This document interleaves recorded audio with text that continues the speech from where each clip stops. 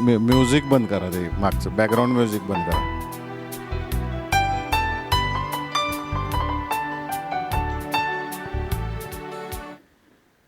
ठीक आहे, ऐकू येते सगळ्यांना?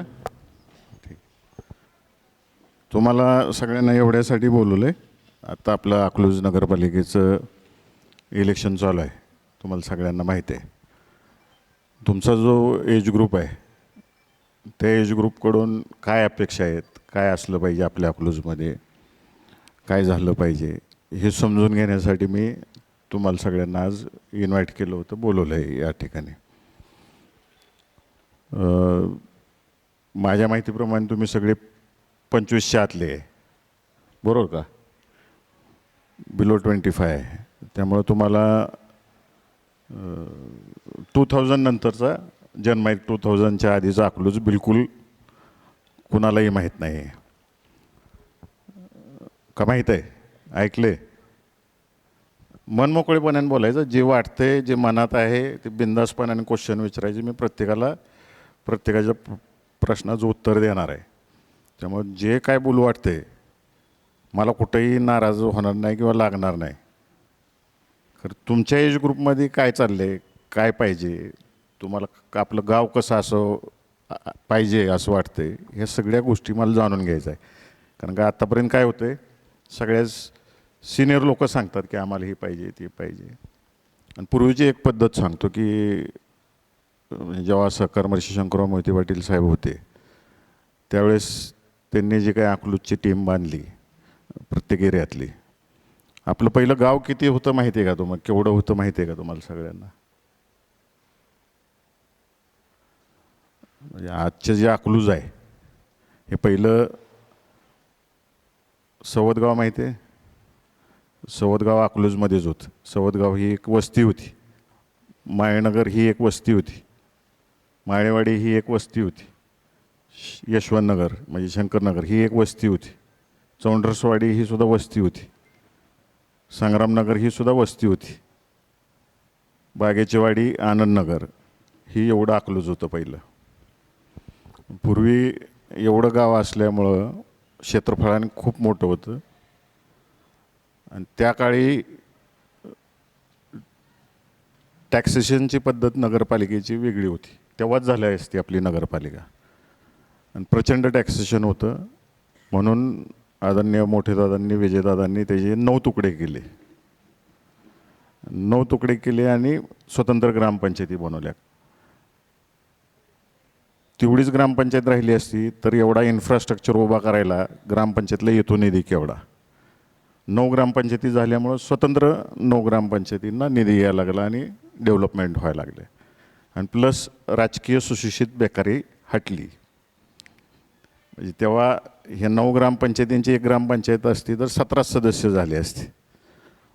9 ग्रामपंचायतीला कुठं 14 झाले, कुठं 17 झाले, कुठं 9 सदस्य झाले. तेवढे समाजासाठी झटणाऱ्या कार्यकर्त्यांना त्या ठिकाणी काम करायला संधी मिळाली. आणि मग हा परिसर आपला डेव्हलप होत गेला. आजपर्यंत मोठेदादांनी एक पद्धत घालून दिलेली. मी अकलूजचा कारभार 1999 पासून केला. 7 वर्ष 7.5 वर्ष केला. 5 वर्ष उपसरपंच, 2-2.5 वर्ष सरपंच म्हणून केला. पूर्वी तर तुमच्यापैकी आता जिल्हा परिषद शाळेत किती जण शिकलेत जरा मला हात वर केला तर समजेल.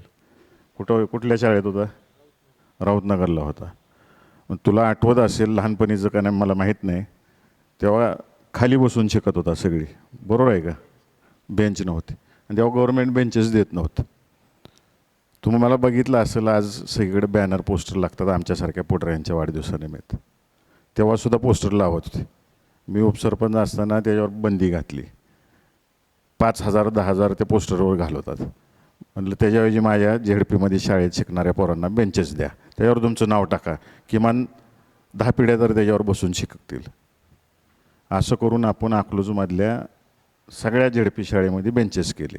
नाहीतर खाली पट्टी टाकायची, दररोज मुलांनी झाडायचं होतं ना, पट्ट्या टाकायच्या आणि त्याच्यावर बसून शिकायची ह्याचा. आणि तेव्हा गव्हर्नमेंट वह्या पुस्तकं देत नव्हतं, तेव्हा आपण वह्या पुस्तकं द्यायला चालू केली मुलांना ग्रामपंचायतकडून. 100% गणवेश, दप्तर, वह्या पुस्तक 6 जिल्हा परिषद शाळा होत्या अकलूजमध्ये, 6च्या 11 झाल्या. हे का केलं? कारण का सगळ्यांना सदाशिवराव मान्य विद्यालय, अकलाई किंवा कन्या परिषदेत ॲडमिशन मिळत नव्हतं. सर्वसामान्य मुलांना इथून माळीनगरला जायला लागत होतं, इकडं संग्रामनगर बागेचीवाडीला जायला लागत होतं किंवा सराटीला जायला लागत होतं. 7वीपर्यंत जास्तीत जास्त मुलांना झेडपी शाळेत दर्जेदार शिक्षण मिळालं पाहिजे हे केलं. महाराष्ट्रातली पहिली ऑडिओव्हिज्युअल क्लासरूम आपण आंबेडकर चौकातल्या शाळेत केली, महाराष्ट्रातली फर्स्ट. आपण कायम पुढं राहिलो. आणि दादांनी एक पद्धत पाडलेली आणि ती मला विशेष करून लक्षात आली की दादापूर्वी कायम कुठलाही निर्णय घेताना गावातली आपण सगळी बोलतो. त्या टीनेजर्स आजपर्यंत बोलवले नाहीत हे मी कबूल करतो तुमच्या सगळ्यांसमोर. तुमचा एज ग्रुप कधी बोलवलं नाही. कारण सिनियर लोक बोलवून कुठलंही डेव्हलपमेंट करताना आज जो हा तुम्हाला बायपास दिसतो हा करायचा का नाही, दादांनी बोलवून गावाला विचारलं होतं. जुनं स्टँड बाहेर आणायचं का नाही, आठवडा बाजार पहिला आपला स्विमिंग टँकच्या तिथं भरत होता, तो बाहेर आणायचा का नाही, ही प्रत्येक गोष्ट गावाला विचारून केलेली आहे. तर आता मी ॲडिशनमध्ये इथून पुढे हे करणार आहे की ज्यावेळेस सगळ्या गावाची बैठक होईल आणि इथून पुढच्या डेव्हलपमेंट कशा आमच्या आयडियाज आहेत प्लस तुमच्या आयडिया ह्या घेऊन सिंक्रोनाईज करून आपल्याला गावची डेव्हलपमेंट करायची आहे. आणि त्या दृष्टिकोनातून इथून पुढं तुमचा एज ग्रुपसुद्धा आम्ही त्यात इन्व्हॉल्व करणार. तुम्ही ज्या आयडियाज सांगचाल त्या इम्प्लिमेंट करण्याच्या दृष्टिकोनातून 100% आम्ही सगळेजण प्रयत्नशील राहू. नगरपालिकेचे जे तुम्ही वोट करचाल आणि त्यातनं जे सदस्य निवडून येतील तेही करणार आणि त्याच्यावरचा जो काही निधी आणायचा असतो स्टेट लेवल असेल केंद्राच्या लेवलचा असेल ते आम्ही सगळेजण निधी घेऊन येऊ आणि डेव्हलपमेंट करू. तर आता बिनधास्तपणाने बिलकुल न घाबरता मनात जे काय आहे तुम्ही बोलू शकता. बसून बोललं तरी चालेल, उठून बोलायची सुद्धा कोणाला गरज नाही. मन मोकळेपणाने बोला सगळेजण. तुम्ही मुलींपासून सुरुवात करायची का मुलं बोलू देत आधी? बोला, कोण बोलणार आहे बोला.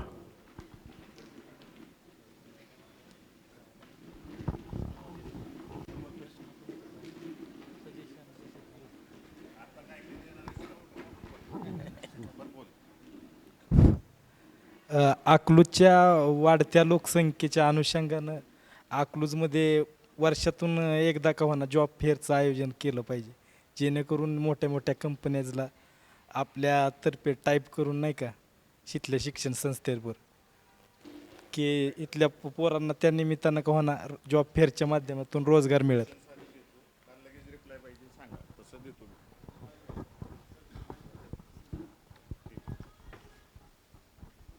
मुलींना हे जर उत्तर देतो आधी मी.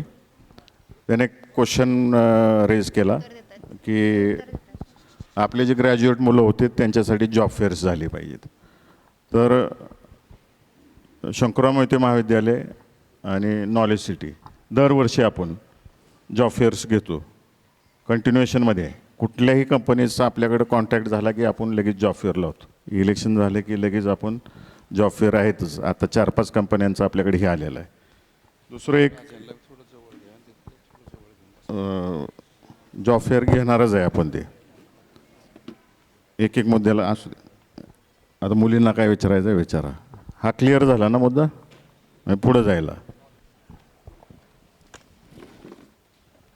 कोण बोलणार आहे बघा. कोण विचारणार आहे प्रश्न? आपल्या शंका काय असतील तर सांगायचे तसे. जे वाटतंय ते बोलायचं, अजिबात घाबरायचं नाही. तुम्हाला तुमच्या पिक्चरमध्ये जे आहे कुठं बघितलंय की आम्हाला हे पाहिजे, तुम्ही बोलल्याशिवाय आम्हाला आयडियाज कळणार नाही.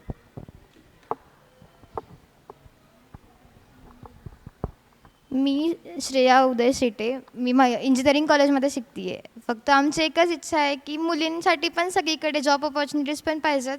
आणि अकलूजच्या आता जे इलेक्शन्स आहेत त्यामध्ये कॉलेजमध्ये सुद्धा ज्या करून इलेक्शन्स काय असतात, राजकारण काय असतं आणि कोणाच्या अंडर म्हणजे एकाची जी दहशत असते काय असते ते होता कामा नाही. असं आपण फक्त अंडर गायडन्स ठेवलं पाहिजे. आणि मुलींच्या सुरक्षाबद्दल पण आपण काही काही म्हणजे असतात की आपण लेक्चर्स अटेंड केले पाहिजेत, त्यांच्याबद्दल सांगितलंही पाहिजे. आता मला समजलेलं करेक्ट कर कुठं चुकत असेल तर. मुलींच्या जॉबचं सुद्धा तो मुद्दा मांडला. मुलींसाठी स्वतंत्र आपण जॉब फेअर्स घेऊया तुमचं जॉब मिळण्याच्या दृष्टिकोनातून.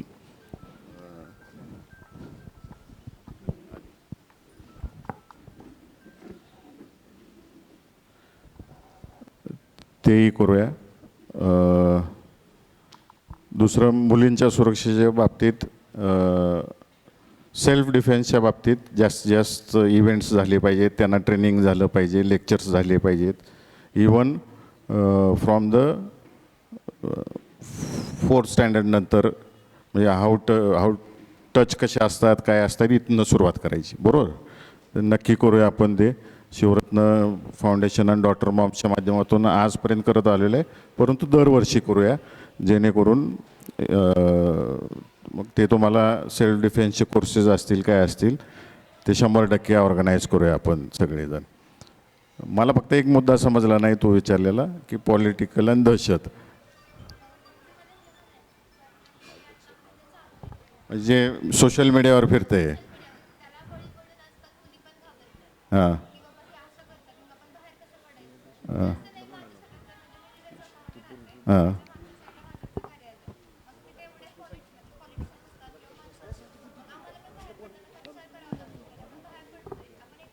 मग त्यांची दहशत आहे का आपली दहशत आहे?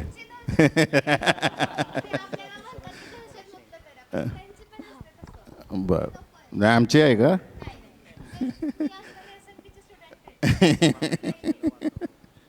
ठीक आहे. अजून कोणाला काय मांडायचं आहे? बोल बोल.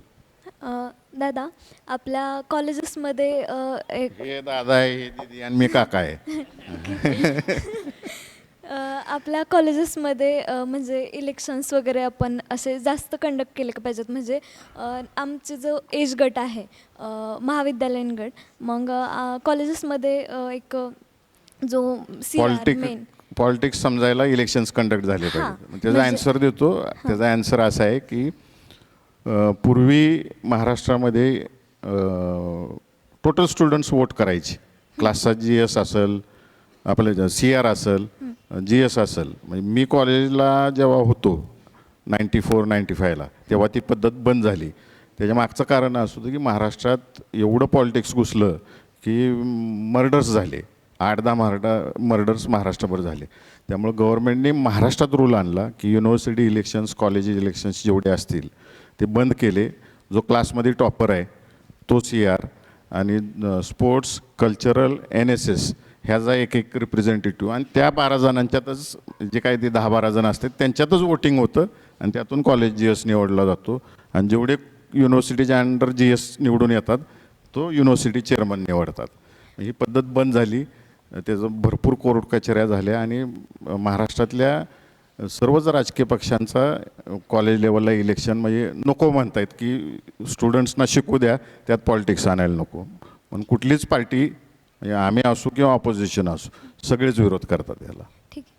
अजून एक प्रश्न म्हणजे अजून एक होतं सुचवायचं असं की मी जिजामाता कन्या प्रशालामध्ये शिकले तर आमच्याकडे अनेक असे उपक्रम राबवले जायचे का शाळेमध्ये की मुलींना कराटेचं प्रशिक्षण दिलं जायचं, अनेक बाकीच्या प्रकारची प्रशिक्षणं दिली जायची. हां, सेल्फ डिफेन्सची.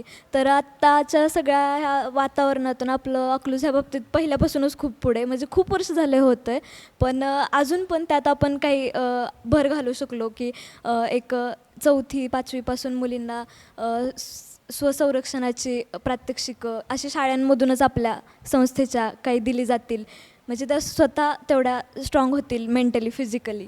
ठीक. आता ह्याच्या बाबतीत सांगतो. मागाशी मी त्याचं उत्तर दिलं की सेल्फ डिफेन्सचे कोर्सेस आपल्या अखत्यारीत असू नाही तर जिल्हा परिषदेचे स्कूल असू या सगळ्या स्कूल्समध्ये आपण मुलांना सेल्फ डिफेन्स आणि इतर गोष्टी ज्या आहेत स्वसंरक्षणार्थ त्या सगळ्याचं ट्रेनिंग दरवर्षी चालू ठेवू.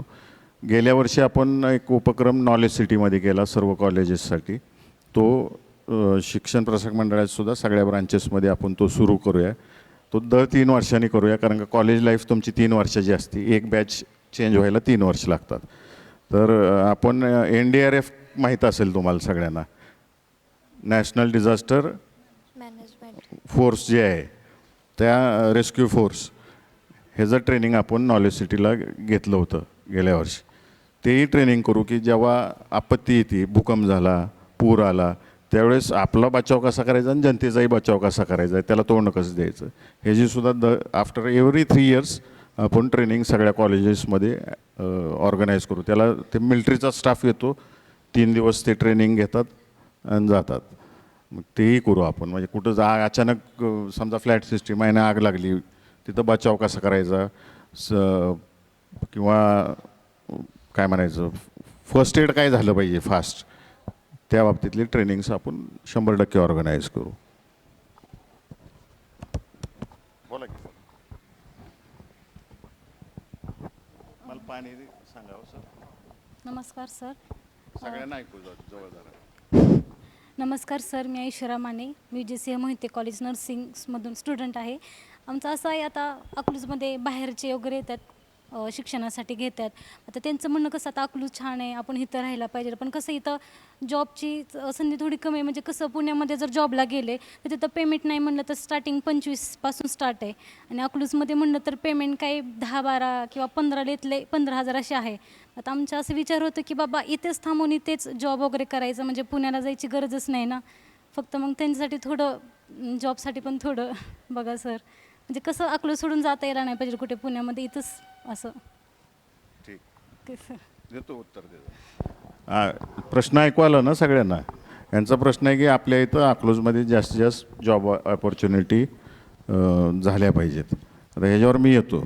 पारंपरिक आपल्याकडं काय झालं, सुरुवातीला शिक्षणसुद्धा नव्हतं. जेव्हा म्हणजे स्वातंत्र्य काळामध्ये शिक्षण नव्हतं, तेव्हा विजय वसतिगृहाची सुरुवात झाली आणि मग तिथून पुढं सगळ्या डेव्हलपमेंट झाल्या. कारखाना झाला, पोल्ट्री झाली, दूधसंघ झाला, एक कॉपरेटिव्ह मुवमेंटमध्ये डेव्हलपमेंट झाली. आता त्याला कुठं तर सॅच्युरेशन आलेलं आहे आणि शिक्षणाच्या पद्धतीही बदलल्या. पूर्वी फक्त BSc, BA आणि BCom एवढंच होतं. आता तुम्ही सगळे इंजिनिअरिंगला जाताय, कॉम्प्युटरला जाताय, कोण नर्सिंगला जाते, कोण BBAला जाते, MBA होते.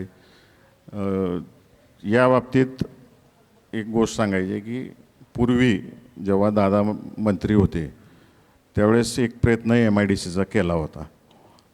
पिसेवाडीला जर गेला तुम्ही, म्हणजे जो पंढरपूर रोड आहे आपला, माळशिरस पंढरपूर रोड, तिथं एक फॅक्टरी बघितली असेल तुम्ही, मोठी प्लायवूडची, इकोबोर्ड.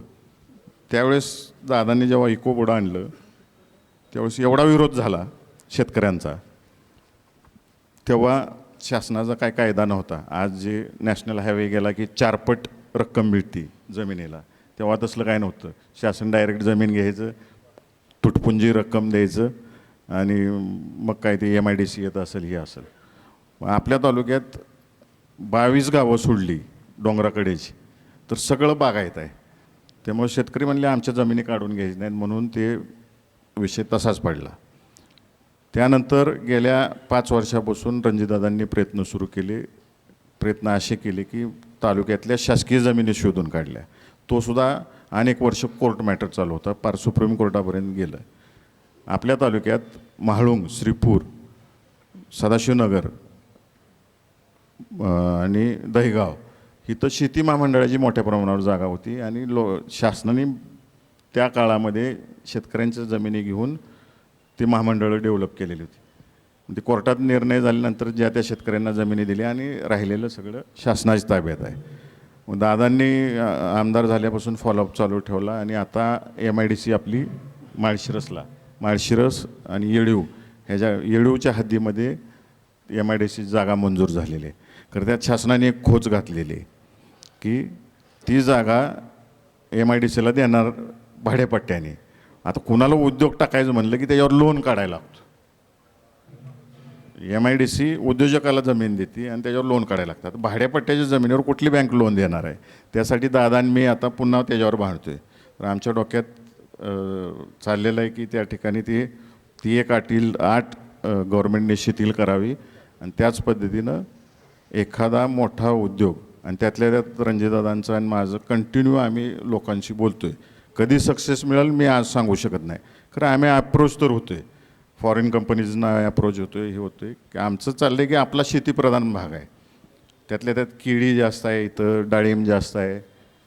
जे आपल्या इथं होऊ शकतं अशी कुठली एखादी मोठी फूड इंडस्ट्री आणता येते का, आणि त्याच्या अनुषंगाने शेतकऱ्याचाही फायदा होईल आणि त्या इंडस्ट्रीला सुद्धा रॉ मटेरियल कमीत कमी दरात मिळेल, या दृष्टिकोनातून आमचा प्रयत्न चालला आहे. त्याचबरोबर इतरही काही कंपन्या आहेत की त्यांचा उद्योग या दृष्टिकोनातून आम्ही प्रयत्न करतो आहे. कधी यश मिळेल सांगता येत नाही, कारण त्यासाठी झटतो आहे का, तर रणजितदादा आणि मी रात्रंदिवस झटतो आहे की एक मोठी इंडस्ट्री काही तर आपल्या इथं यावी आणि आपली MIDC त्या पद्धतीनं डेव्हलप व्हावी, यासाठी आमचे प्रयत्न चालू आहेत.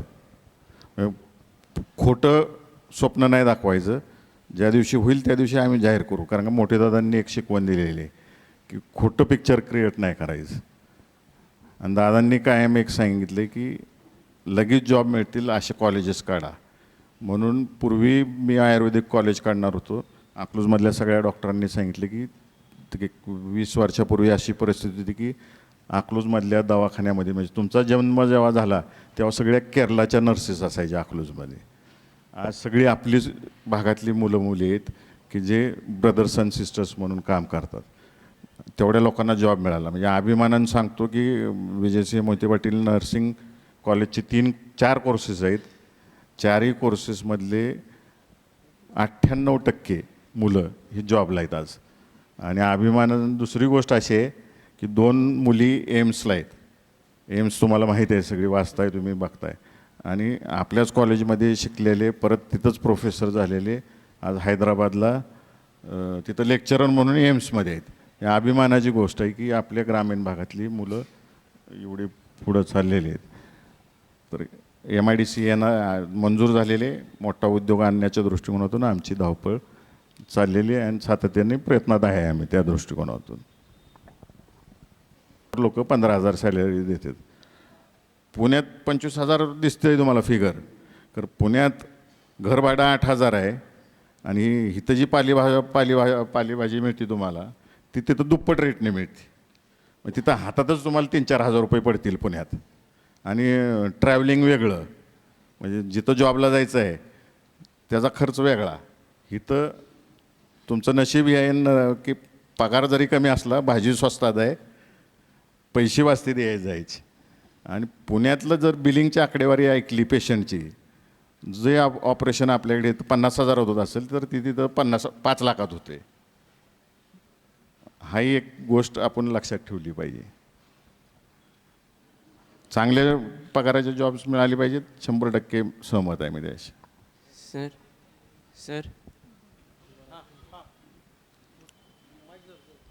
सर मी बी फार्मसी कॉलेजचा विद्यार्थी आहे सर.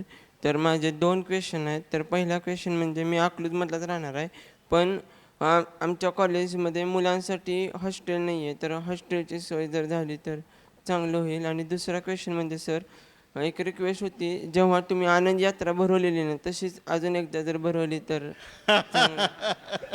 वडिलांनी सांगितलं का? नक्की परत एक स्टुडंटसाठी काहीतरी मोठा इव्हेंट नक्की घेऊया. आणि हॉस्टेलचं नक्कीच मी अण्णासाहेबांच्या कानावर घालतो, मुलांसाठी हॉस्टेल उपलब्ध करून द्यावं.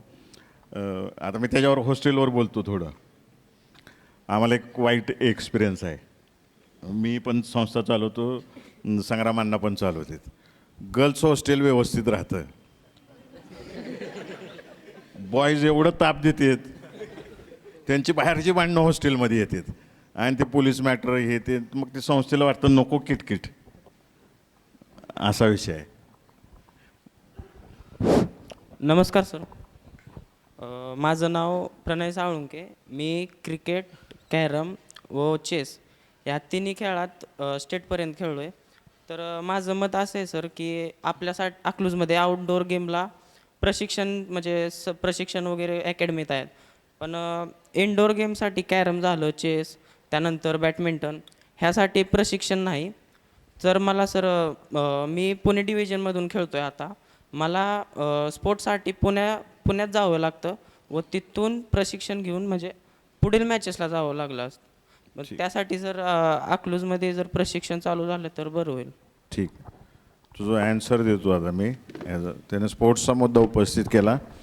आपण आता शिक्षण प्रसारक मंडळ असेल किंवा मर्शी जिमखाना असेल, प्रताप क्रीडा मंडळ असेल, याच्या माध्यमातून अकलूजमध्ये बास्केटबॉल, आर्चरी, इंडिव्हिज्युअल गेम्समध्ये ग्रीन फिंगर्सला हॉर्स रायडिंग, इथं हॉर्स रायडिंगचा प्रयत्न करून बघितला, खरं खूप जास्त रिस्पॉन्स मिळाला नाही म्हणून आम्ही बंद केलं.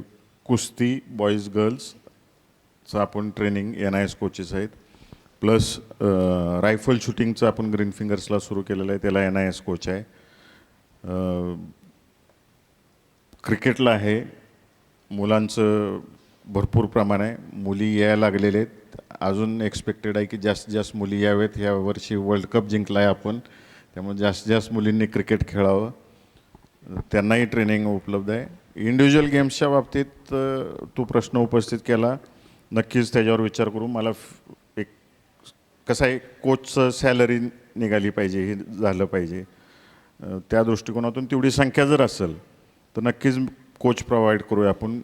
आणि ॲज अ स्टुडंट म्हणून तुला एक सल्ला देतो की ऑलिम्पिक, एशियन गेम्स आणि कॉमनवेल्थ गेम्स ह्याच्यात जे रजिस्टर गेम्स आहेत तेवढेच निवडा. इतर गेम्सच्या भानगडीत पडू नका, करिअर होत नाही त्यातून. फक्त पैशाची लूट होती, तुम्हाला फक्त आकडे सांगितले जातात, एवढा खर्च आहे इंटरनॅशनल खेळायला जायला, त्याला अजिबात भानगडीत पडू नका. जे हे 3 गेम्स आहेत, ह्या तीन असोसिएशन आहेत, ऑलिम्पिक, कॉमनवेल्थ आणि एशियन गेम्स, ह्यातलेच आवर्जून गेम्स निवडा, तरच तुम्हाला गव्हर्मेंट स्पॉन्सरशिप्स मिळतात आणि हे होतं. तर त्या दृष्टिकोनातून ते निवडा. नक्की कोचेस उपलब्ध करून देऊ. बुद्धिबळ तर 100% करून देतो, कारण का सोलापूर डिस्ट्रिक्ट बुद्धिबळ असोसिएशनचा अध्यक्षच मी आहे, त्यामुळं काही अडचणी येणार नाही. बॅडमिंटनचं शोधायला लागेल, कारण संख्या जर मिळाली आपल्याला की 50 मुलं बॅडमिंटन शिकणार आहेत की लगेच प्रोव्हाइड करू आपण, आणू कोच, काय अडचण नाही त्याची. आणि अजून एक सांगायचं आहे की सगळेजण उठता तुम्ही MPC UPSCच्या मागं लागता आणि खूप टफ फाईट आहे त्यामध्ये. तर सगळ्यात सोपं आहे ते स्पोर्ट्स कोट्यातनं जाणं. म्हणजे जेव्हा मी खेळायचो कॉलेजला असताना 98मध्ये, त्यावेळेस 50 मुलं माझ्यापेक्षा ज्युनियर असलेली माझ्या बॅचची ही पोलीसमध्ये भरती झाली. आता मी आर्चरी असोसिएशन जिल्ह्याचं चालवतो. आपल्या जिल्ह्यातली 50 मुली हे आर्चरी नॅशनल खेळून गोल्ड मेडल मिळवून गव्हर्मेंटच्या वेगळ्या वेगळ्या पोस्टवर काम करतात. स्पोर्ट्ससाठी MPSCमध्ये स्पेशल कोटा आहे 5% आणि तिथलं जे मेरिट आहे ते तुमचं मेडल्स आणि लेखी परीक्षा काय असेल जास्त लागत नाही, कारण का स्पोर्ट्सचीच मुलं असतात सगळी त्यात. रेग्युलर MPSCला गेला तर तुम्ही आयुष्यात फाईट करू शकत नाही. आता आरण गाव माहीत असेल तुम्हाला, माढा तालुक्यातलं, तिथं रणदिवे म्हणून मुलगा आहे. तुळजापूरला सगळी दर्शनाला जातात. तिथं आता ते आपली नगरपालिका आहे तशी तुळजापूरची नगरपालिका आहे, त्याचा CEO आहे, ते स्पोर्ट्स कोट्यातनं झालेला आहे. आणि ते नगरपालिकेचे CEO आहेत तिथं, ते 5%नंच झालेले आहेत. आता ह्याच्या बाबतीत सुद्धा मी ठरवलेलं आहे की सगळ्या शिक्षण संस्थेमध्ये 5वी नंतर शक्यतो स्पोर्ट्समध्ये यायला सुरू होता. आणि पालकांना माहीत नाहीत ह्या गोष्टी, किंवा तुम्हालाही माहीत नाही आहे. आणि एक जर बघितलं की एका वर्गात 60 मुलं असतात, बरोबर, मुलं मुली असतात. 60मधले मला एक सांगा की जे तुमचं वार्षिक रिझल्ट लागतो त्यातलं 1 ते 20 टॉपर्स जे असतात, हुशार मुलं, त्या 20 ते 60मधले 10वी 12वी किंवा कॉलेज होतोपर्यंत पुढे येतात का हो? ते कायम ते 20 ते 60मध्येच खेळत असते ती, बरोबर आहे का नाही? मग तुमच्यासाठी स्पोर्ट्स ही महत्त्वाचं आहे, कारण तुम्ही हुशार होणारच नाही आणि तिथं जाणारच नाही आहे. त्यापेक्षा आपलं स्पोर्ट्समध्ये करिअर करून, स्पोर्ट्समध्ये एवढी मोठी इंडस्ट्री आहे आज, त्या IPL नंतर एवढं जग बदललेलं आहे. तुम्ही बघितलं असेल, प्रो कबड्डी आलं, प्रो खो खो आलं, आज लाखो करोडोमध्ये त्यांना पैसे मिळायला लागले, हे मिळायला लागलं. त्याचबरोबरीनं तुम्ही स्पोर्ट्स करून फिजिओथेरपिस्ट होऊ शकता किंवा कोचेस होऊ शकता. एवढी मोठी इंडस्ट्री झालेली आहे स्पोर्ट्सची. पूर्वी नुसतं खेळ म्हणून बघितलं जातं. एक उदाहरण सांगतो, आपला वेळापूरला सुएझाद ऑलिम्पिक पॅराऑलिम्पिक झाला. खरं रामजी कश्यप त्याचे आईवडील कचरा वेचत होते, तो सुद्धा कचरा वेचत होता. जिल्हा परिषद शाळेतून तो पुढे गेला. तर आज त्याला कमीत कमी 2 का 2.5 कोटी रुपये बक्षिसं मिळालेली आहेत. आणि त्याला टीम विकत घेतानाच त्याची प्राईज मनी 15 का 20 लाख रुपये झालेली आहे. त्यात सुद्धा स्पोर्ट्समध्ये करिअर आहे. आणि विशेषतः मुलींनी सुद्धा फोकस, कारण का तुमच्याकडे कॉम्पिटिशनच नाही आहे. मुलींनी स्पोर्ट्सवर जास्तीत जास्त भर दिला पाहिजे. नमस्कार, मी वर्षा गायकवाड. मी MA हिस्ट्री विषयाची विद्यार्थिनी आहे, प्लस पालक पण आहे दादा. माझा विषय असा आहे की विद्यार्थी आपण आहोत, म्हणजे मी स्वतः विद्यार्थिनी आहे. माझी मुलं शिकतात आपल्या समावेश शाळेमध्ये. माझी मुलगी 12वीला आहे. माझे 2-3 समस्या आहेत किंवा 2-3 विषय आहेत, ते मी तुमच्यापाशी मांडते. त्याचं सोल्युशन पाहिजे तुमच्याकडून. एक तर मुलं काय करतात, मुलं जॉब नाही का, थोडंसं बिझनेसमध्ये शिरून मुलांनी काय केलं किंवा मुलींनी काय केलं पाहिजे, तुम्ही बिझनेस करण्यासाठी मुलांना प्रवृत्त तर करावंच, आणि प्लस त्यांच्यासाठी एक शिबिर राबवावं की जेणेकरून आपण हा कमीपणा नाही करायचा. ही धंदा आहे, हा व्यवसाय, त्याच्यासाठी आपल्याला कमीपणा नाही घेतला पाहिजे मुलींनी, किंवा आपण त्यातपर्यंत कुठपर्यंत जाऊ शकतो की हा विषय आपण बिझनेस डेव्हलपिंग इथं केलं पाहिजे अकलूजमध्ये, जेणेकरून बाहेरची लोक येऊन आपल्यापाशी करतात. तुम्हाला म्हणायचं आहे की नोकरीपेक्षा जॉब क्रिएटर व्हा. हां, मला ते एक शब्द बोलायचं आहे. आणि विशेष म्हणजे अजून दुसरं की पहिलीपासून आता म्हणजे आपल्या छोटा गट आहे, सिनियर KG वगैरे, आपल्या भरपूर शाखा आहेत, तर मुलांना आत्मसंरक्षणाचे धडे हे पहिल्यापासूनच दिले पाहिजेत. भैया, म्हणजे जेणेकरून जे होणारे अन्याय अत्याचार आहेत मुलींवरती ते होणार तर नाहीच आहे. कंपल्सरी तुम्हाला 1 तास तुम्ही त्यांना दिलाच पाहिजे, शिक्षक नेमलेच पाहिजेत कंपल्सरी. एक पालक म्हणून मी हा विषय मांडते की मी आता स्टुडंट म्हणून नाही बोलत, एक पालक म्हणून मला एक वाटलं बोलावं, तुमच्यापर्यंत ही बातमी म्हणजे द्यावी. तर मुलींना पहिल्यापासूनच द्यावं, मुलींना द्यावं. मी म्हणते काय मुलींनाच द्यावं. ह्यांना नको दररोज डोकी फोडतील आणि आम्हाला काम लागायचं. नाही, मुलांचं पण सगळ्यांनाच भेटलं पाहिजे कंपल्सरी. आणि जॉबचं म्हटलं तर मुलांनी खरं बिझनेसकडे वळलं पाहिजे. आपल्या मुलांनी महाराष्ट्रातल्या, तर बाहेरची लोक येऊन इथं धंदा पाणी करून पैसे घेऊन जातात आणि आपली मुलं त्यांच्या तिथं जाऊन आपलं, पण लाजलं नाही पाहिजे. कुठल्या पण बिझनेसला लाजलं नाही पाहिजे. लाजलं तर उपाशी मरणार आहे तुम्ही. आता त्या मुद्द्यावर येतो मी. समजला विषय तुमचा की आता ताईंनी सांगितलं की जॉब करण्यापेक्षा जॉब क्रिएटर व्हा, आणि जॉब क्रिएटरसाठी ज्या काही गोष्टी लागतील त्या आम्ही पुरवाव्यात. मी गेल्या वर्षीपासून एक प्रयोग सुरू केला आहे माढा लोकसभा मतदारसंघ माझ्या कॉन्स्टिट्युएन्सीसाठी, की आम्ही परीक्षा घ्यायला सुरुवात केली. गेल्या वर्षी परीक्षा घेतली मी. जवळजवळ 1300 मुलं मुली बसली परीक्षेला. त्यातून आम्ही 100 जण सिलेक्ट केली. यावर्षीही परीक्षा घेतली मी, 100 मुलं सिलेक्ट केली. लास्ट इयर आम्ही ती मुलं गुजरातला अहमदाबादच्या जवळ गांधीनगर आहे, त्या गांधीनगरला मोठं देशातलं फूड इंडस्ट्रीचं एक्झिबिशन भरतं. मग लास्ट इयर आम्ही एक 100 पैकी 20 महिला आणि बाकीचे पुरुष नेले. यावर्षी 50% महिला नेतोय. मुली म्हणजे जेंट्स आणि लेडीज असं प्रोपोर्शन आम्ही, आणि शक्यतो सगळी तरुणच आहेत. तर असे निवडले, तिथं घेऊन गेलो. 2 दिवस सगळा खर्च आम्ही केला जायचा त्यांचा. तिथून त्यांनी मशिनरीज बघितल्या, नवीन अपग्रेडेशन काय करता येते सगळं बघितलं. तिथून आल्यानंतर आपण पुन्हा एकदा central government, state government and bankers असं स्मृतिभवनला कार्यक्रम घेतला. आणि ज्या 1300 मुलांनी परीक्षा घेतली होती त्यातले 100 जणांनाच नेलं, कारण का एवढा आवड 1300 घेऊन जाणं आणि आणणं अवघड आहे.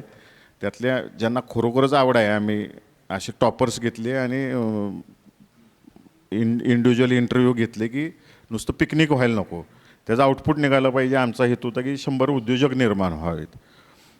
तर ते सगळे तिथून आणले, इथं ट्रेनिंग दिलं. आपल्या इंदापूरमध्ये 2 भाऊ आहेत, हांगे ब्रदर्स म्हणून. 2 ब्रदर्स तुम्ही फेसबुकवर सर्च करा.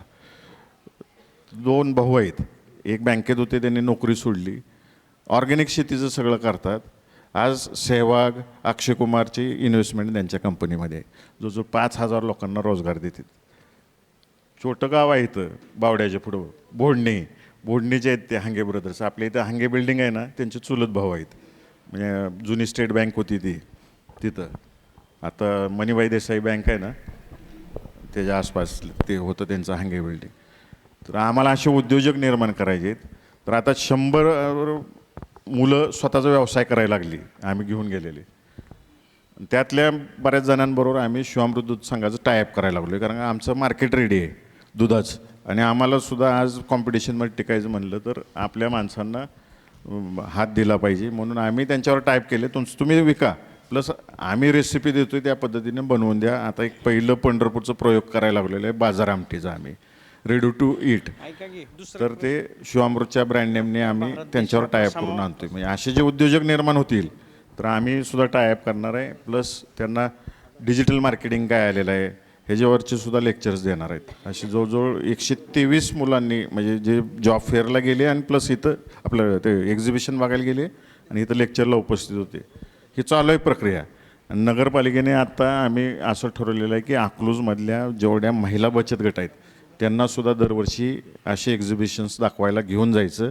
त्यांचं अपग्रेडेशन करण्यासाठी मशिनरीज आल्यानंतर त्यांना बँकिंग सगळ्या गोष्टीचं मागं पाठपुरावा करायचा प्लस मोक्याच्या जागेवरती बचत गट भवन बांधणार आणि त्यांनी त्यांचे प्रोडक्ट्स तिथं विकायला ठेवायचे. जागेचं काय भाडं असेल नॉमिनल ते त्यांनी भरायचं असा एक कन्सेप्ट आहे.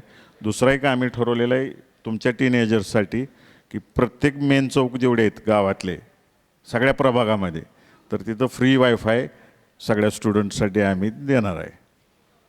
नगरपालिकेकडून प्रत्येक प्रभागामध्ये फ्री वायफाय चौकात बसून तुम्हाला मिळेल सगळं डाउनलोडिंग.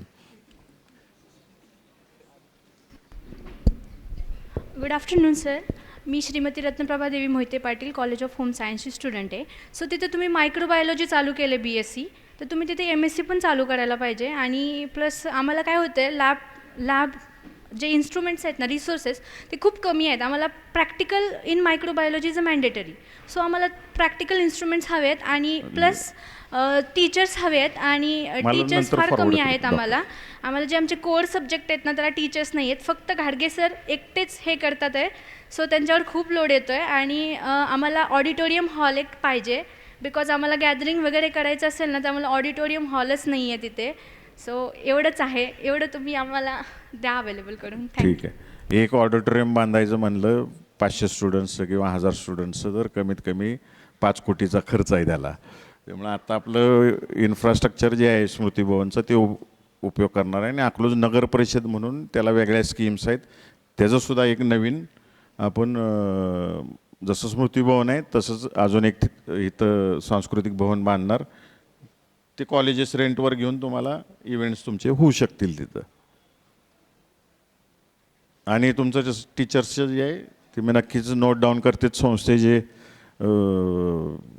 पदाधिकारी बसलेले आहेत ते नोट डाऊन करतात आणि त्या दृष्टिकोनातून मी तुमच्या चेअरमनशी बोलीन.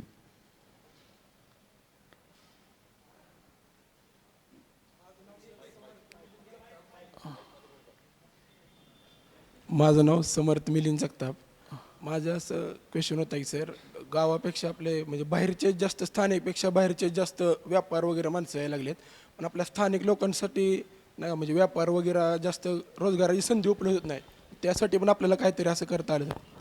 बिफोर 1985 1985 सालाच्या आधी अकलूजची बाजारपेठ ही फक्त ठराविक लोकच करत होते व्यवसाय. सगळे करत नव्हते.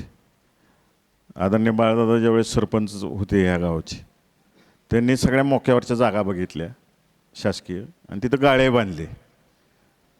शिक्षण प्रशासक मंडळाची गाळे असतील मार्केट कमिटीचे असतील. पहिलं शॉपिंग कॉम्प्लेक्स झालं ते महावीर स्तंभ आहे ना तिथलं. आणि आज तेवढे उद्योजक निर्माण झाले. 1000 संस्थेचे गाळे आहेत आणि आजसुद्धा नाममात्र भाडं आहे. तुम्ही आजूबाजूच्या नगरपालिकेत गेला तर आपल्यापेक्षा जास्त भाडे आहेत. आणि एवढ्या लोकांना त्या ठिकाणी दुकानदार झाले. त्यांच्या प्रत्येक दुकानात 4 कामगार आहेत. 5000 लोकांना आपण जॉब दिलेला आहे. जिथं जिथं अशा कमर्शियल गोष्टी होऊ शकतात ते आपण करतोय आणि त्यांना तुम्हाला काम मिळेल असं बघतोय त्याच्यावर. अजून जरा मी निराश झालो आहे स्पष्ट सांगू का. म्हणजे मी खूप वेगळ्या एक्सपेक्टेशननी तुम्हाला भेटायचं ठरवलं होतं. काय तर वेगळं कल्पना माणसाला सगळीजण हे पाहिजे ते पाहिजे कोण मांड नाहीच. तेच गोष्टी होत आहेत.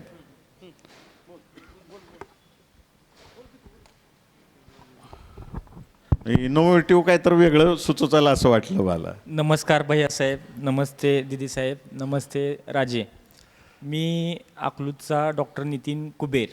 मी सध्या PhD सायकॅट्रिक करतो आहे. सोलापूर जिल्ह्यातून सायकॅट्रिकची माझी निवड झाली आहे. मी रात्र प्रशालेचा विद्यार्थी आहे. 1967 साली काकासाहेबांनी जे आपले सदाशिव माने विद्यालय आहे इथं 4 खोल्यांचं रात्र प्रशाला हे प्रशाला चालू केली. त्याच्यातून हजारो लोक निर्माण झाले आणि महाराष्ट्रामध्ये मी एकमेव रात्र प्रशालेचा विद्यार्थी आहे जो डॉक्टर झालेला आहे आणि तो PhD करतो आहे सायकॅट्रिक. आणि आपल्या संस्थेकडून राजे मला 2 लाखाची स्कॉलरशिप PhDसाठी मिळते. त्यामुळं रात्र प्रशालेचे विद्यार्थी कुठंपर्यंत कुठे जाऊ शकतो त्याच्यासाठी त्यांना अजून एक उदाहरण आहे यडबा थोरातचं. यडबा थोरात माझ्या अगोदरच्या बॅचचा होता. महाराष्ट्रात फर्स्ट आला होता रात्र प्रशालेतून आणि तो आता ग्रीन फिंगर्स कॉम्प्युटर ऑफ कॉलेजला प्रोफेसर आहे. माझ्या 3 रिक्वेस्ट आहेत भैयासाहेबांना. प्रथमतः आत्ता सध्या इन्फ्लुएन्झा व्हायरस चालू आहे, डेंग्यूची साथ चालू आहे. आपल्या भागामध्ये अकलूज परिसरामध्ये शिक्षण प्रसारक मंडळाचे 40 ते 45 हजार विद्यार्थी आहेत पूर्णपणे. तर याच्यामध्ये काय होते की एक 600 ते 700 आणि 2000पर्यंत लस आहे. फर्स्ट क्लासवाले लोक लसीकरण करून घेतात वॅक्सिनेशन, पण मिडल क्लास आणि जे गोरगरीब आहेत रोज 400 रुपये पगारीने जाणारे ती काय लसीकरण करत नाहीत. तर भैयांना माझी रिक्वेस्ट आहेत, ते आपले माढा मतदारसंघाचे खासदार आहेत.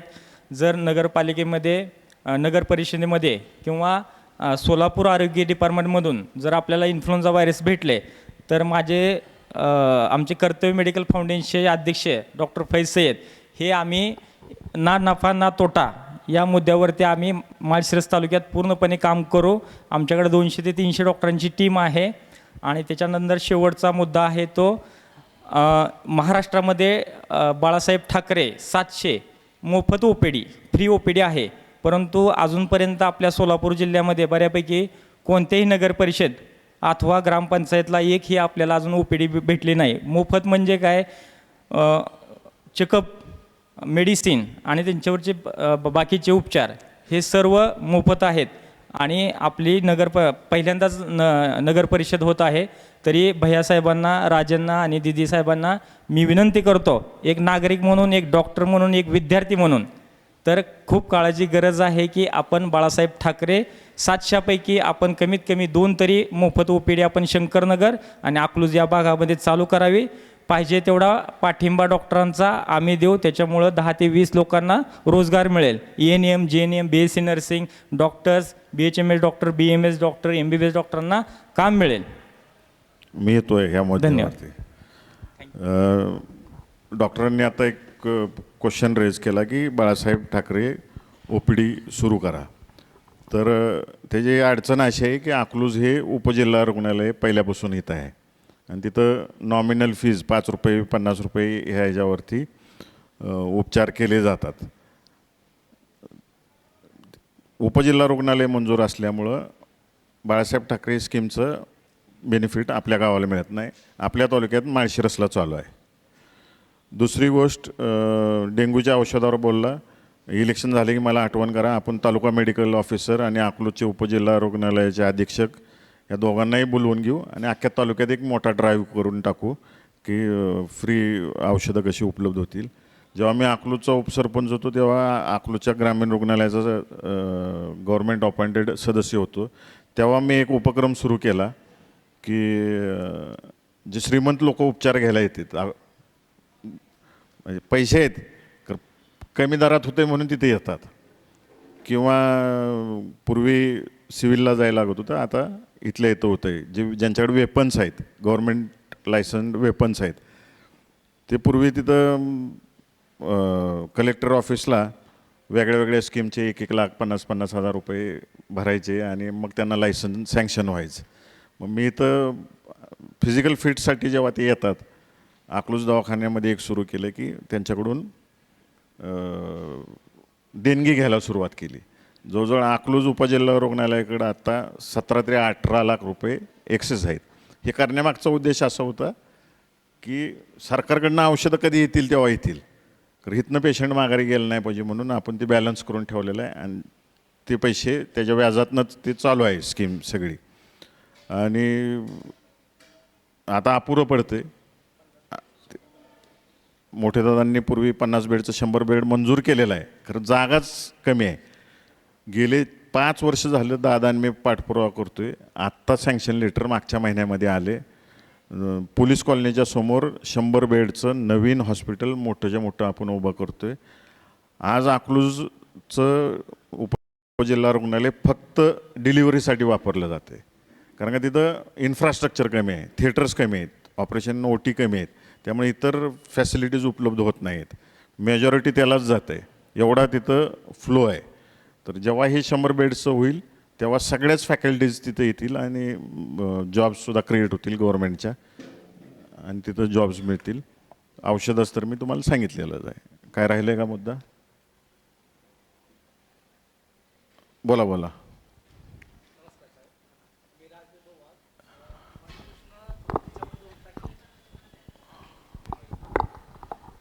हॅलो. गार्बेज डिस्पोजल असेल, नगरपालिकेच्या दृष्टीनं बघितलं गेलं तर मी लहानपणापासून असं ऐकत आलो आहे की अकलूज ग्रामपंचायत ही आशिया खंडातली 1 नंबरची ग्रामपंचायत आहे. आणि मला असं, आणि मी अभिमानाने सांगायचं की मी अकलूजचा आहे. म्हणजे पूर्ण सगळीकडे भारतभर अकलूजची ओळख होती. मला असं वाटतं अकलूज नगरपालिका होणार आहे गार्बेज डिस्पोजलकडे आपण लक्ष दिलं तर आत्ता पण घंटागाडी वगैरे प्रॉपर येते, नाही असं नाही, पण मला असं वाटतं की त्याचं एक प्रॉपर स्केड्यूल बनवलं पाहिजे, वीकली स्केड्यूल, की आठवड्यातनं 2 ते 3 दिवसच येणार गाडी, कारण मग ते धावपळ होत नाही लोकांची. आणि ओला कचरा सुका कचरा तिथं नॉर्मल ते केलंच जातं. पण या गोष्टी म्हणजे गार्बेज बिन असतील दिल्या जातात. आला पॉईंट लक्षात आला माझ्या. नंतर ड्रेनेज सिस्टीम असेल, प्रॉपर ड्रेनेज सिस्टीम असावं, फुटपाथ असावं, जेणेकरून आम्ही पुन्हा एकदा सांगू की आम्ही अकलूज नगरपालिका 1 नंबरची आहे आणि आम्ही तिथून येतो. ठीक, हे तिन्ही मुद्दे क्लिअर करतो. बसा.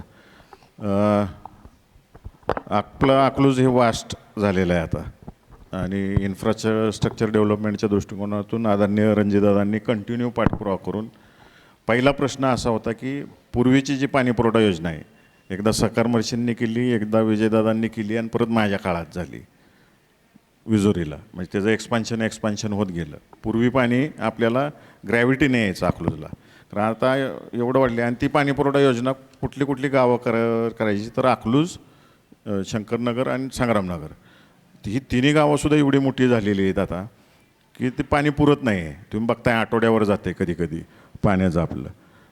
तर तो सगळा अभ्यास करून आपण खुडूस गाव जे आहे, त्या खुडूस गावला मोठा कॅनॉल आहे, आणि तिथून 77 मैलावरून आपण डायरेक्ट पाईपलाईन करून शिवामृत गार्डनच्या तिथं मोठा आपला पाणी पुरवठ्याचा तलाव आहे, त्याचं खोलीकरणचं काम चालू आहे आता. आणि ते खोलीकरण करून ते पूर्ण सिमेंटने सिलिंग करतो आहे आपण, की पाणी वाया जाऊ नये, जिरपू नये. आणि त्याची कॅपॅसिटी 60 डेजची करायला लागलेलं आहे आपण. आणि तिथून आत्ता सगळीकडे तुम्ही बघितलं असेल, गावात रस्त्यांची उकरून पाईपलाईनची कामं चालू आहेत. सेंट्रल गव्हर्नमेंटच्या माध्यमातून आपण गॅस पाईपलाईनसुद्धा करायला लागलेलं आहे अकलूजमध्ये. म्हणजे इथून पुढं सिलेंडर राहणार नाही घरी तुमच्या, डायरेक्ट मीटरने गॅस घरोघरी मिळणार आहे. प्लस अंडरग्राऊंड पाईपलाईनने दररोज पाणी मिळणार आहे. आणि थर्ड, अंडरग्राऊंड ड्रेनेजचा सुद्धा प्रस्ताव आपण केलेला आहे. अंडरग्राऊंड ड्रेनेजमुळं आज जे तुम्हाला गटर्समधनं फ्लो होणारं दिसते सांडपाणी, ते सगळं डायरेक्ट पाईपलाईनमध्ये जाणार. नंतर ही कामं पूर्ण झाल्यानंतर जेव्हा रोड्स होतील आणि गटर्स होतील, तुम्हाला अकलूजमध्ये सगळ्या गटर्स ह्या ड्राय गटर दिसतील. त्या फक्त पावसाचं पाणी वाहून नेण्यासाठी असतील. घरातलं जे पूर्ण सांडपाणी आहे ते डायरेक्ट पाईपलाईनला जाणार, पाईपलाईनमधून सिवेज सेंटरला जाणार, सिवेज सेंटरमधून ते पाणी शुद्ध होऊन नदीत सोडणार. म्हणजे पोल्युटेड पाणी डायरेक्ट नदीत जाणार नाही. अशी स्कीम आहे. टोटल 500 कोटीची स्कीम आहे. त्याची कामं चालू आहेत. ही कंप्लीट व्हायला कमीत कमी 2-2.5 वर्ष लागणार आहेत. एक माहीत असावं. आणि दुसरं कचऱ्याचं, आणि जसं तुम्ही सांगितलं की तुम्ही लहानपणापासून ऐकत आलं की आशिया खंडातली सगळ्यात मोठी ग्रामपंचायत, तसं आपल्याला नगर परिषदसुद्धा 1 नंबरलाच न्यायचे. आम्ही जेव्हा तुमच्या सगळ्यांच्या ह्याच्यामुळं वेगळ्या वेगळ्या ठिकाणी फिरतो, मला तर खूप फिरायला मिळालं. मी उपसरपंच असल्यापासून गव्हर्नमेंटच्या वेगळ्या वेगळ्या ट्रिप्स बघितल्या. मी केरळला गेलो, इंदोरला गेलो. इंदोर शहर एवढं मोठं आहे आणि एवढं स्वच्छ आहे की तुम्हाला कागदसुद्धा रस्त्यावर दिसणार नाही. तर आम्हाला ते अकलूज बनवायचं आहे की कुठेही दिसलं नाही पाहिजे. हे डायरेक्ट होऊ शकतं का? अजिबात होत नाही. ह्याला सायकोलॉजी पहिली गावाची बदलायला लागते, आणि तो सगळ्यात मोठा टास्क आहे. सायकोलॉजी चेंज करणं गावाचा. तर त्या दृष्टिकोनातून आम्ही सगळे प्लॅन्स तयार आहेत, करणार आहे. माझा एक पर्सनल एक्सपिरियन्स सांगतो. मी जेव्हा उपसरपंच होतो तेव्हा संत गाडगे बाबा स्वच्छता अभियान गव्हर्नमेंटने आणलं. आम्हाला पण खुमखुमी होती, यंग ब्लड होतं त्यावेळेस जास्त.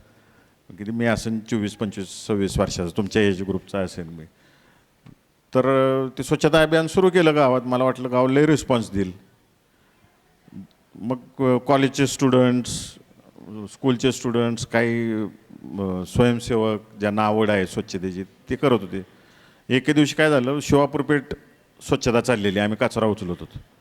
एक व्यापारी कट्ट्यावर बसला आणि म्हणला, लहान मुलगी होती, अरे ती काडी उचल. त्या दिवशीपासून मी ठरवलं की स्वच्छता अभियानात भाग घ्यायचा नाही जोपर्यंत पब्लिकची मेंटॅलिटी चेंज होत नाही. मी जाता जाता कागद टाकून देणार रस्त्यावर, प्लॅस्टिकची पिशवी टाकून देणार. मग मेंटॅलिटीच बदलायची ठरवली. मग त्यावेळेस पहिल्यांदा घंटागाड्या आणल्या. हे आता ज्या घंटागाड्या आहेत हे मोटराईज्ड आहेत. त्यावेळेस हाताने येत होती. जुन्या लोकांना आठवत असेल, तुमच्या लहानपणीच आठवत असेल, गाडा होता, सायकल होती. ती कन्सेप्ट मी राबवली. ती कन्सेप्ट राबवत असताना सुद्धा आपलं खंडाळील जे ITI आहे त्या मुलांना काम दिलं. ITI शिकणार आहे त्यांना ते तुम्ही गाड्या बनवून द्या असा कन्सेप्ट करून ते सुरू केलं. तेव्हा स्वच्छ राहत होतं. तर आता तर खूप वाढले. पहिल्यांदा सायकोलॉजी चेंज करण्याच्या दृष्टिकोनातून आपण सगळ्या गावात उपक्रम राबवणार. मग शासनाचे नियम की पेनल्टी झाल्या, दंड आलं, ज्या भागात होतच नाही तिथं आपण सुधारणाच होत नाही तिथं दंड करणार. आणि 100% आपल्याला चकाचक अकलूज बनवायचं आहे. खरं त्याला मुवमेंट झाली पाहिजे, गावांनी तेवढं मनावर घेतलं पाहिजे आणि ती करणार आहे. आम्ही मुवमेंटच तयार करणार आहे. म्हणजे नगरसेवक सगळे त्या दृष्टिकोनातून आणि आमचे एक्सपिरियन्सेस आम्ही त्यांच्यावर शेअर करू, ते करतील सगळेजण.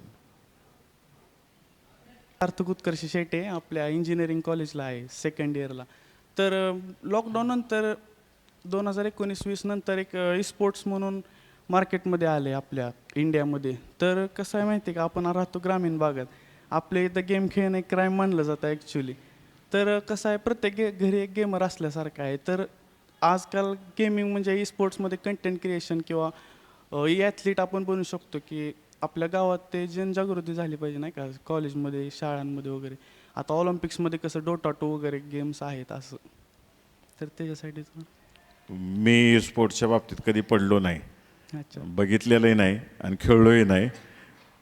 खरं हे गेम्स क्रिएटर मला माहिती आहेत, कंटेंट क्रिएटर्स माहिती आहेत की जे बनवतात. आपला एक स्टुडंट आहे शिक्षण प्रसारक मंडळाचा, सदाशिवराव माने विद्यालयाचा. तो ह्या स्पोर्ट्समध्ये नाही आहे, परंतु जे कार्टून्स बनवले जातात त्या कार्टूनचा ॲनिमेशनमध्ये आहे. संग्राम बोरावके नाव ऐकलं असेल तुम्ही सगळ्यांनी. तो पुण्यात राहतो आणि मोठ्या मोठ्या हॉलिवूडची सुद्धा त्यांनी क्रिएशन्स करतो. तो सुट्टीनिमित्त नेहमी अकलूजमध्ये येतो, आलं की आम्हाला भेटतो. म्हणजे अशा मुलांची जी आपली मुलं आहेत बाहेर आहेत त्यांचे नक्की लेक्चर्स ठेवू तुम्हाला की त्यांचं काहीतरी इन्स्पिरेशन घेऊन कुठल्या फील्ड्स आहेत की तुम्ही त्यात जाऊ शकता आणि करू शकता, ते ऑर्गनाईज करू शकतो आपण. थँक्यू.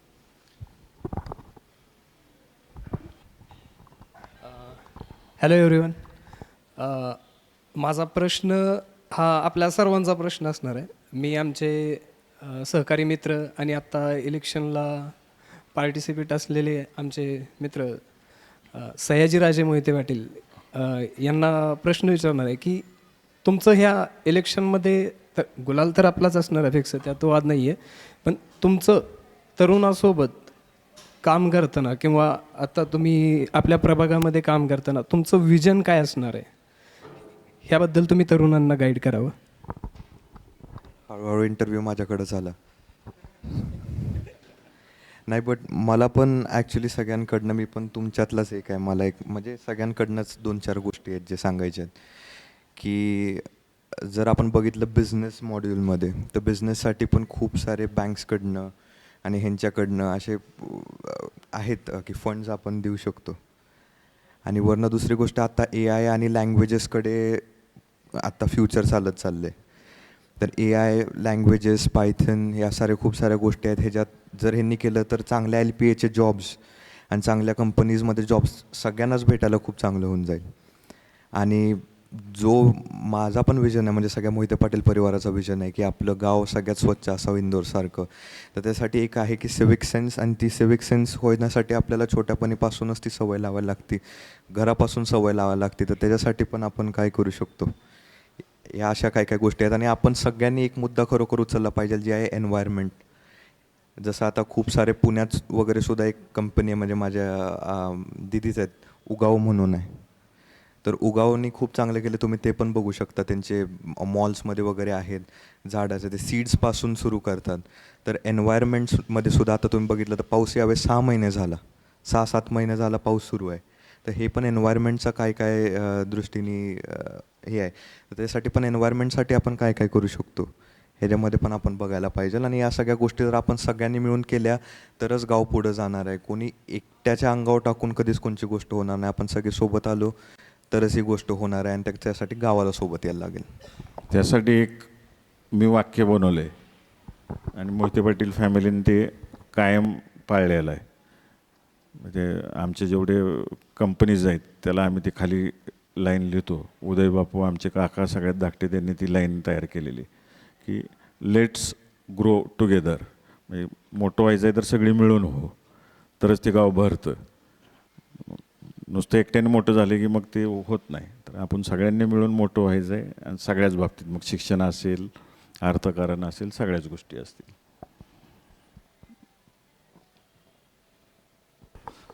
खासदार साहेब नमस्कार. मी अभि शिंदे, आपल्या कॉलेजचा लास्ट इयरचा स्टुडंट. माझे प्रमुख 3 क्वेश्चन आहेत. एक म्हणजे की आता आपण ह्या निवडणुकीसाठी जाहीरनाम्यात जो उल्लेख केला आहे की आपण MPC UPC करणाऱ्या स्टुडंटसाठी स्वतंत्र लायब्ररी काढणार आहात. त्यासोबत एक असे इन्स्पायर लेक्चर जे असतात ते सुद्धा असावेत असे माझं म्हणणं होतं. दुसरा क्वेश्चन असा आहे की आता सोलापूर सिटीमध्ये तिसरं IT पार्क होणार आहे, सर्वात मोठं. तर त्यासाठी सुद्धा आपले काही IT सेक्टरमधले मुलांसाठी मास्टरसाठी कोर्सेस चालू करावेत. कोर्सेस, आणि दुसरे इंजिनिअरिंगसाठी जे ॲटोकॅड हे आहेत त्यासाठीही काहीतरी प्रयत्न व्हावेत. आणि तिसरा क्वेश्चन असा आहे की आपल्या अकलूजमध्ये आता वृद्धांसाठी स्वतंत्र एक नाना नानी पार्कची व्यवस्था व्हावी. आता काय व्हायला लागले, संकुलवर सगळे आपले भरती करणारे स्टुडंट म्हणजे युवक सगळे तिथे येतात, वृद्ध पण तिथं असतात, भरपूर गर्दी होते. ठीक, हे 3 क्वेश्चन्स. त्यातला लास्टपासून सुरुवात करतो मी. तुम्ही सिनियर सिटीजनसाठी गार्डन्स झाले पाहिजेत. टाउन प्लॅन असतो प्रत्येक गावाला, त्या टाउन प्लॅनच्या दृष्टिकोनातून आता गेले 5 वर्ष काय झालेलं आहे, जसं ग्रामपंचायतवरून आपली नगरपालिका झाली, त्याच्यावर गव्हर्नमेंट रूलच आहे. तुम्ही निवडून दिलेली माणसांनी तिथं कामच केलेलं नाही. त्यामुळे ते विजन नाही, वरनं येतं आहे तेवढं राबवत बसतात. टाउन प्लॅनिंगप्रमाणे जिथं जिथं गार्डन्स आहेत, जिथं जिथं स्पोर्ट्स एरियाना डेव्हलप करायचं आहे, जिथं जिथं आरक्षण पडलेत ते सगळे ताब्यात घेऊन आपण येत्या 5 वर्षात ते डेव्हलप करणार आहे. जागोजागी गार्डन्स होतील, लहान मुलांसाठी, सिनियर सिटीजनसाठी सुद्धा पार्क्स होतील, नाना नानी पार्क होतील. दुसरा क्वेश्चन तुम्ही विचारला, IT सोलापूरला होणार आहे. IT इंडस्ट्री एवढ्या सहजासहजी कुठं शिफ्ट होत नाही. जे काय चाललेलं आहे ते एवढ्या फास्ट होईल असं मला वाटत नाही, कारण का अजून कंपन्यांची नावं पुढं आलेली नाहीत किंवा कुठल्या कंपनीनं इंटरेस्ट दाखवलेला नाही. शासन जागा घेईल, जागा ताब्यात घेईल, करल. खरं आज होईल का नाही अजूनसुद्धा मी स्वतः शाश्वत नाही आहे.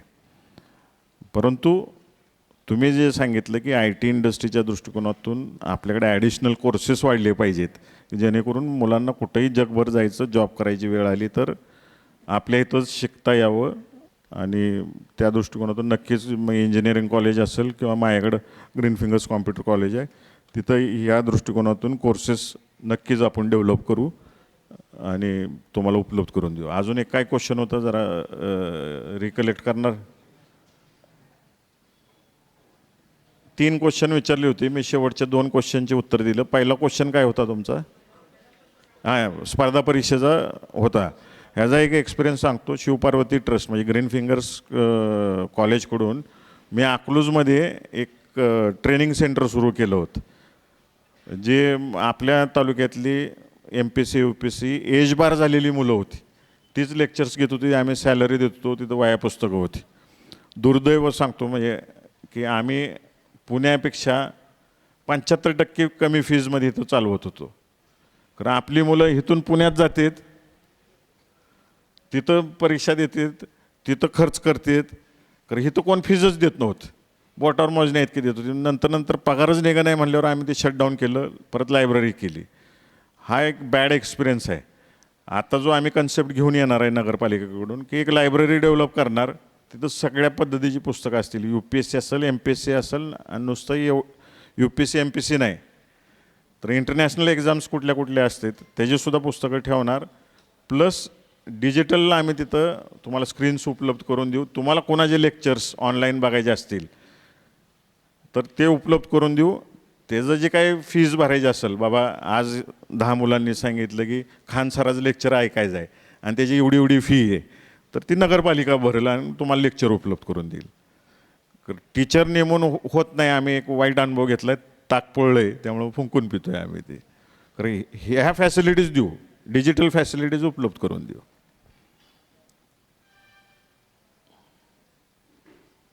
अजून एक प्रश्न होता माझा.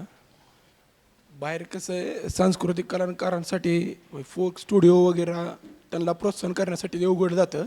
आपल्या पण गावात भरपूर कलाकार आहेत, सांस्कृतिक कलाकार भरपूर लय आहेत.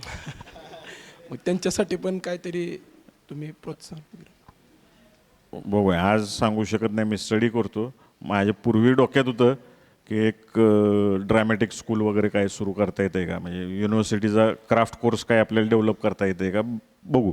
थोडा अभ्यास करून सांगतो, मग मोकळ्यात बोलण्यात अर्थ नाही. बाई, मी चैतन्य पवार, मेंढापूर गाव आहे माझं. तर मी आज कामानिमित्ताने आज संवाद मेळावा आहे म्हणून खास करून आलो आहे मी. तर अकलूजकरांना जे माझ्याच वयाचे सगळे आहेत त्यांना एक विनंती करतो आहे. मी पण बाहेरनं आलेलो आहे, तुम्ही बाहेरला आलेल्या माणसाचं जास्त ऐकू नका इथं. कारण खरंच अकलूजकर म्हणजे मोहिते पाटील आणि मोहिते पाटील म्हणजे अकलूजकर, हे समीकरण तुम्ही लक्षात घ्या.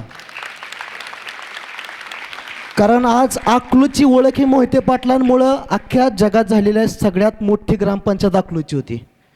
आज खूप काही चुकीच्या बातम्या ती जर्नलिस्ट चॅनल म्हणून फेसबुकला आहेत, एकटा बाहेर आलेला माणूस मीच कमेंट करतो त्याला.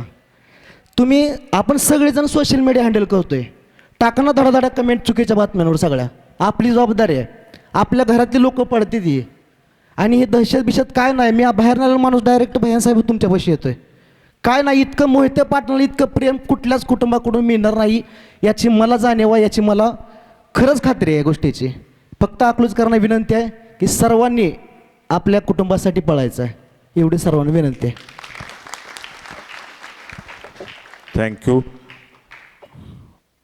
अकलूजचं आमच्या आजोबांपासून आत्तापर्यंत, आता सयाजीपर्यंत असं नातं आहे या गावचं की आम्ही पण त्यांच्यावर जीव ओतून काम करतो आणि गाव बी वेड्यासारखं आमच्यावर प्रेम करतं. त्यामुळे आमच्या अजून 3-4 पिढ्या पुढच्या या गावचं उपकार विसरू शकत नाही. एवढं आम्ही डाऊन टू अर्थ राहून आमच्या पुढ्यांनी काम केलं पाहिजे. मग ते बिझनेस असो, पॉलिटिक्स असो, नाही तर समाजसेवा असो, कुठल्याही क्षेत्रातलं काम असो, त्यांनी डाऊन टू अर्थच राहिलं पाहिजे. कारण की या गावचे लय उपकार आहेत आमच्या कुटुंबावरती. आणि काय प्रेम असते ही आम्ही अनेक इलेक्शन, आज आय एम 48 इयर्स. 48 इयर्समध्ये जसं कळते पहिले 10 वर्ष सोडून द्या, पुढचे 38 वर्ष मी जवळून पाहिलेलं आहे. जर आमच्या कुटुंबातल्या माणसांनी जीव लावला तर गाव पण तसंच जीव लावतं. आम्ही दुर्लक्ष केलं तर गाव पण दुर्लक्ष करतं. त्यामुळे आता सयाजीला माझं सांगणं आहे की विशेषतः या गावातल्या लोकांनी विजयदादांवरती, बाळदादांवरती, माझ्यावरती, शोभावर प्रेम केलेलं आहे. तुम्ही डाऊन टू अर्थ राहिला आणि मला एक शिकवण दिली. मी फर्स्ट टाईम 98ला जेव्हा इलेक्शन 98-99ला उभा राहिलो इलेक्शनला, माझा इंटरव्ह्यू घेतला तिकीट मागताना. बाळदादांनी, मोठेदादांनी, आणि काही पार्लिमेंटरी बोर्ड होतं, राखले साहेब वगैरे होते सगळे. ते इंटरव्ह्यू झाल्यावर मला मोठेदादांनी आत बोलवून घेतलं आणि बाळदादांनी तुला तिकीट देतोय म्हणले आम्ही.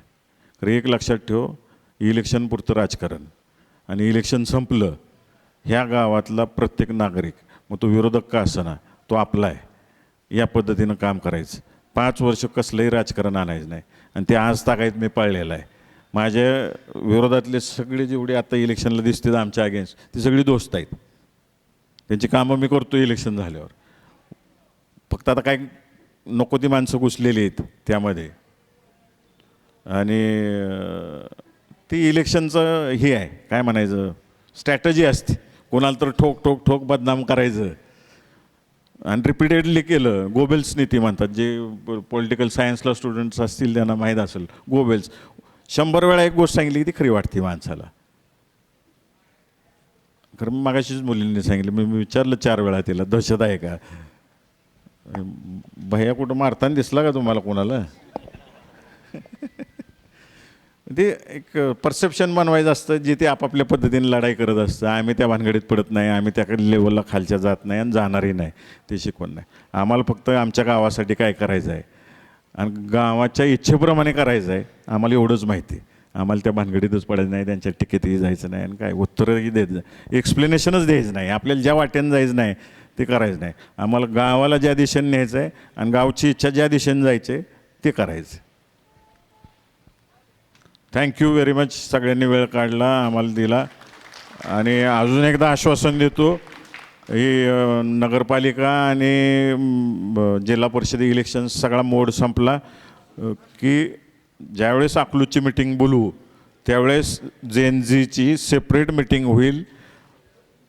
आज माझं समाधान झालेलं नाही, अजून सांगतो. तुमच्याकडून अकलूजच्या डेव्हलपमेंट्समधल्या काहीतरी अशा क्रिएटिव्ह आयडियाज मी एक्सपेक्टेड करत होतो. थोडं सर्च करा, अभ्यास करा, पाहिले, ऐकले, सगळं बघा. ज्यावेळेस भेटू आपण नेक्स्ट टाईम भेटणार, तुमच्या एक्झाम्स आणि ह्याचा सगळा शेड्यूल बघून एक मीटिंग कॉल करणार सेम अशी. त्यावेळेस ह्याच्यात दुप्पट तुमचे सगळे कलिग्स आणायचे आहेत, मित्रमैत्रिणी आणायचे आहेत, तुम्ही आयडियाज सांगायच्या आणि ते आम्ही 5 वर्षात डेव्हलप करण्याच्या दृष्टिकोनातून काम करायचं, त्याच्यावरती राबायचं. तर एक्सपेक्टेड हे आहे की पुढच्या वेळेस वेगळ्या वेगळ्या आयडियाज घेऊन येतात. धन्यवाद, थँक्यू व्हेरी मच. धन्यवाद मॅडम. त्या स्टँडमधून